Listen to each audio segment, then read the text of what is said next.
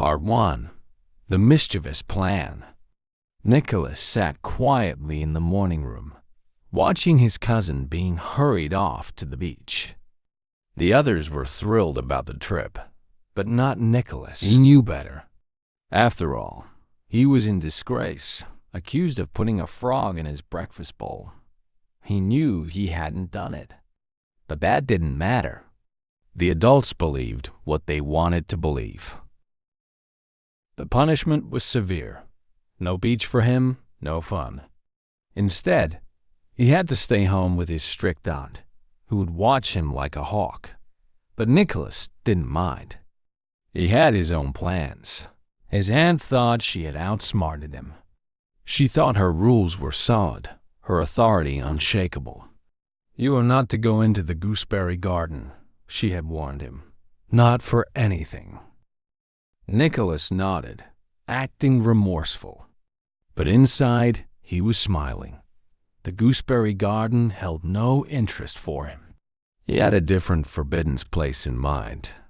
The lumber room. The lumber room was a mysterious, locked-away space, full of things that were not for children old, fascinating things that Nicholas longed to explore.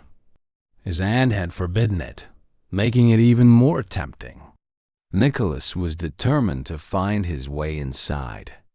He had noticed something the adults hadn't. Where they saw disobedience, he saw opportunity.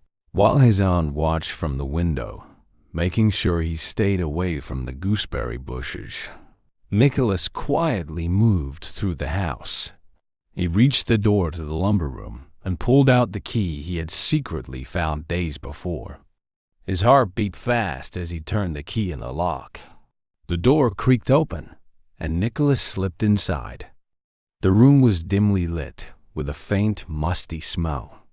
Dust floated in the air, catching the light. It was exactly as he had imagined, full of hidden treasures, like a secret world waiting to be discovered. He could see the outlines of furniture covered in sheets, old books stacked on shelves, and strange objects peeking out from the shadows. He felt a thrill of excitement. This was what he had been waiting for. All the rules and scolding, all the dullness of the grown-ups' world, fell away. He was in the lumber room, a place of wonder, far beyond the reach of his aunt's stern voice. Nicholas knew he had to be quick. His aunt would check on him soon, and he couldn't be caught here. But for now, he had this moment, a triumph over the grown-ups' rules, a victory for his own cleverness. Part 2. Nicholas explores the forbidden room. As Nicholas moved deeper into the lumber room, his eyes widened in awe. The room was like a hidden treasure trove, filled with objects that seemed to belong to a different world altogether. He felt like an explorer in an uncharted land, each step revealing something new and wonderful. There was an old carved chest standing against the wall, its lid slightly ajar as if inviting him to peek inside. He lifted the heavy lid carefully, his small hands trembling with anticipation. Inside, he found a collection of intricately painted plates. Each one depicted a different scene: forests with wild animals, castles with high towers, and oceans with ships battling fierce storms. Nicholas traced his fingers over the delicate designs, imagining stories that could have unfolded in those distant places. He moved on to a dusty bookshelf filled with large, leather-bound books. They were old and worn, their spines cracked, and their titles faded. He pulled out a heavy volume and struggled to open it on the floor. The book was filled with vibrant illustrations of exotic birds, plants, and animals he had never seen before. There were pictures of peacocks with their iridescent feathers spread wide, lions with manes like fiery halos, and elephants carrying grand howdah-topped carriages. Each page was like a window into another world, and Nicholas felt his imagination soar. In one corner of the room stood a tall, old-fashioned rocking horse. Its wooden mane and tail were chipped, and its painted eyes had faded. But to Nicholas, it was magnificent. He climbed onto its back and rocked gently, pretending he was galloping across a wide open field. He could almost feel the wind rushing past him, could almost hear the thunder of hooves on the ground. From his high perch, Nicholas noticed something else, a tapestry hanging on the far wall.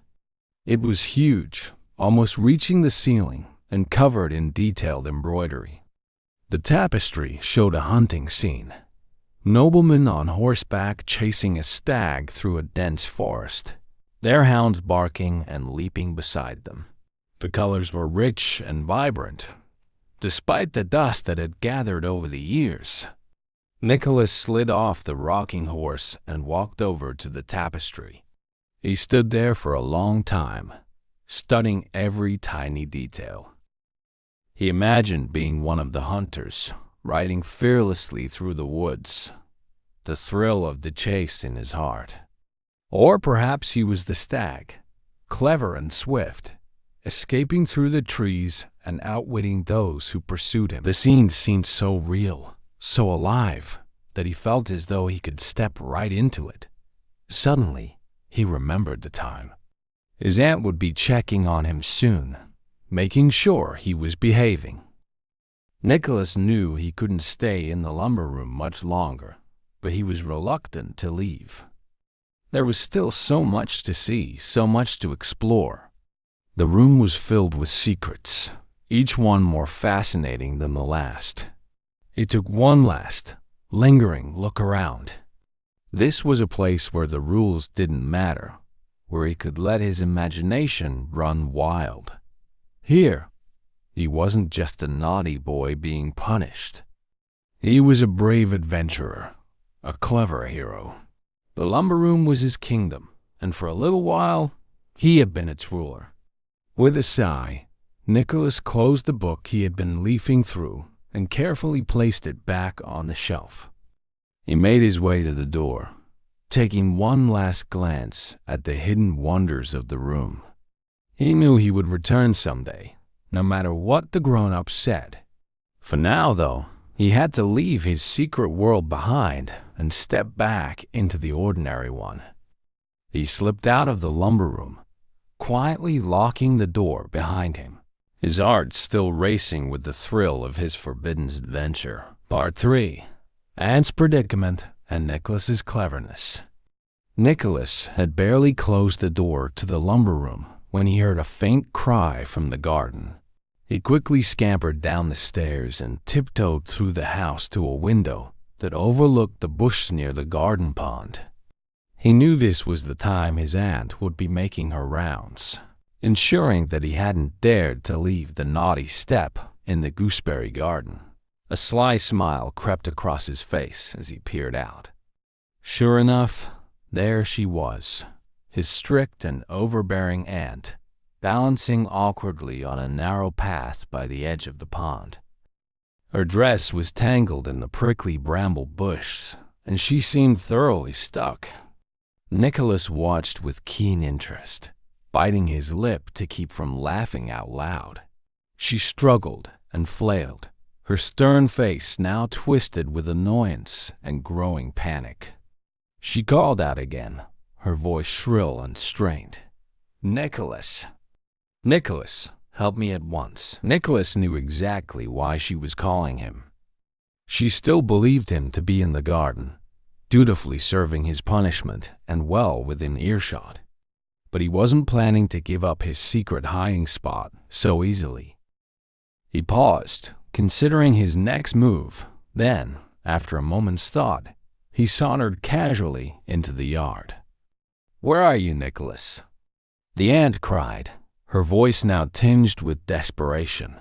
Nicholas allowed a moment of silence to hang in the air before he replied, "I'm in the garden, Aunt. Just like you said I should be." His voice was calm, almost innocent, as if he was simply stating a fact. "No, you're not. You must be somewhere else," she snapped, trying to twist around and see him through the dense bushes, but it was hopeless. She was thoroughly trapped. "Oh, but I am," Nicholas continued, with the air of someone patiently explaining something to a small child. "I'm sitting on the step, just like you told me to." The ant let out an exasperated sigh. She knew very well that Nicholas was lying, but there was nothing she could do about it. She was stuck, and she needed his help, which meant she had to keep up the pretense that he was being obedient. "Very well, Nicholas. I apologize," she said, her voice strained with the effort of remaining polite. "I need you to come here and help me. I seem to have caught my dress on these bushes and I can't get free." Nicholas hesitated for a moment, savoring the sweet taste of victory. How often had she lorded her authority over him, demanding obedience and respect while never showing any herself. Now, the tables were turned and he held the power, even if only for a moment. "I'm not supposed to leave the garden, Aunt," he said finally, a note of mock concern in his voice. "You told me to stay here." The aunt's frustration boiled over. "Nicholas, if you don't come here this instant." "But you also said I was too disobedient to be trusted," Nicholas interrupted smoothly. "You said if I left the garden, something terrible might happen. So, I'd better stay here, just like you told me." There was silence from the other side of the bushes as the ant tried to come up with a response. Nicholas could almost hear her grinding her teeth in frustration. He knew he couldn't push her too far, but he wanted her to know that he wasn't going to be bullied so easily anymore. "Well, I suppose if you're stuck," he said, his tone suddenly turning thoughtful, "I could go get the gardener. He might be able to help you." The ant let out a noise somewhere between a sigh and a growl. She knew she had been outwitted. "Yes, fine. Go and get the gardener. But be quick about it." Nicholas turned away, grinning to himself as he went to find the gardener. His cleverness had given him the upper hand, if only for a moment. He knew he would pay for it later, but for now, he had the satisfaction of knowing that he had beaten his aunt at her own game. Part 4. The Consequences and Reflections. The gardener soon arrived, grumbling about the disturbance as he hacked away at the stubborn brambles entangling the ant. Freed at last, she dusted herself off and, with a stiff nod, dismissed the gardener. Her face was flushed with both embarrassment and fury, and Nicholas could tell from the tightness of her mouth that this was far from over. "Go inside at once, Nicholas," she commanded, her voice strained but trying to maintain an air of authority. "You will stay in your room for the rest of the day. No lunch, no tea, no supper." Nicholas's heart sank a little at the mention of no food, but he kept his face expressionless. He knew it would be useless to argue. After all, he had disobeyed her by sneaking into the lumber room, and he had also made a fool of her in the garden. Even so, he felt a small thrill of satisfaction as he walked past her and into the house. There were few victories in his young life, and he intended to savor this one, no matter the cost. Inside his room, Nicholas sat on his bed and let his mind wander back to the wonders of the lumber room. The rich colors of the tapestry, the carved wooden animals, the smell of the old books, all of it was still fresh in his memory. It had been worth every second of punishment to see those hidden treasures. He wondered what other secrets the room held, what other stories lay within those dusty volumes. There was so much more to discover, so much more to explore. But even as he dreamed of future adventures, he couldn't help but think about his aunt. There was a part of him that felt a little guilty for tricking her. After all, she had been genuinely frightened and stuck in the brambles. But then he remembered all the times she had humiliated and punished him unfairly, her cold, unyielding voice telling him he wasn't to be trusted. Today, he had simply turned the tables. He had shown her that he was clever enough to outwit her, brave enough to defy her. Lying on his bed, he considered what he had learned that day. He thought about the difference between being obedient and being clever, between following rules and thinking for oneself. His aunt, with all her strictness and control, had never understood him. She believed that obedience was the highest virtue, but Nicholas knew better now. There was a world beyond rules, a world of curiosity and imagination that she could never touch, and he had glimpsed it in the forbidden slumber room. As he lay there, hungry but content, he made a silent promise to himself. One day, he would go back. He would sneak in again, and he would uncover every hidden corner of that marvelous room. No matter the consequences, it was a price he was willing to pay. For now, he was confined to his room, but his mind was free to dream, to plan, and to wander far beyond the narrow limits his aunt tried to impose. And that, Nicholas thought, was a victory all its own. Thank you for joining me on this journey through the lumber room. It's always fascinating to revisit these classic tales and uncover their deeper meanings.